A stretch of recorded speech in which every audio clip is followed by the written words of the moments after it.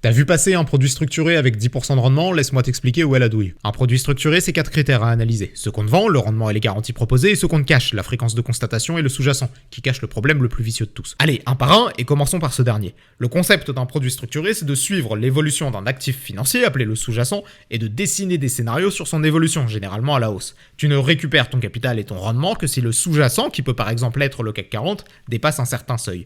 Le vice ici, c'est que tu remarqueras très régulièrement dans la dénomination des sous-jacents une indication decrement, par exemple decrement 5. Ça veut dire qu'on va retirer arbitrairement chaque année 5% de la performance de l'actif qu'on suit. Pour te faire une image claire, on est en train de te dire, si t'arrives à escalader cette montagne, je te paye. Par contre, j'ai pas envie que tu montes trop vite, donc je vais te couper une jambe et un pied. Ensuite, la fréquence de constatation, c'est le nombre de fois où on va ouvrir les yeux pour contrôler ta montée. Ça peut aller de tous les jours à une seule fois dans l'année. Pour reprendre mon image, si t'as réussi à escalader ta montagne mais que personne ne t'a vu, bah tu seras pas payé. Donc t'as pas intérêt à te casser la tronche avant que l'émetteur du produit ne rouvre les yeux. S'ensuit le rendement, qui ne se compose pas. Avoir 10% de rendement sur un produit structuré pendant 10 ans, c'est seulement 7% de TRI. Et ça, c'est dans un monde sans frais. Car dans la réalité, tu vas devoir mettre ton produit dans une assurance vie avec jusqu'à 5% de frais d'entrée et 1,2% de frais de gestion chaque année. Dans ce scénario, ton TRI fond à 5,8%. La promesse initiale a pris cher. Concernant les garanties, un produit structuré vient toujours avec ce qu'on appelle un airbag. On te promet de te rendre ton capital si les choses tournent mal. Super, tu me diras, sauf qu'en arriver là voudrait dire que t'as immobilisé ton argent des années pour un rendement nul. Il vaut mieux investir sur des actifs qui te convainquent par leur potentiel plutôt que des produits pourris mais livrés avec un parachute.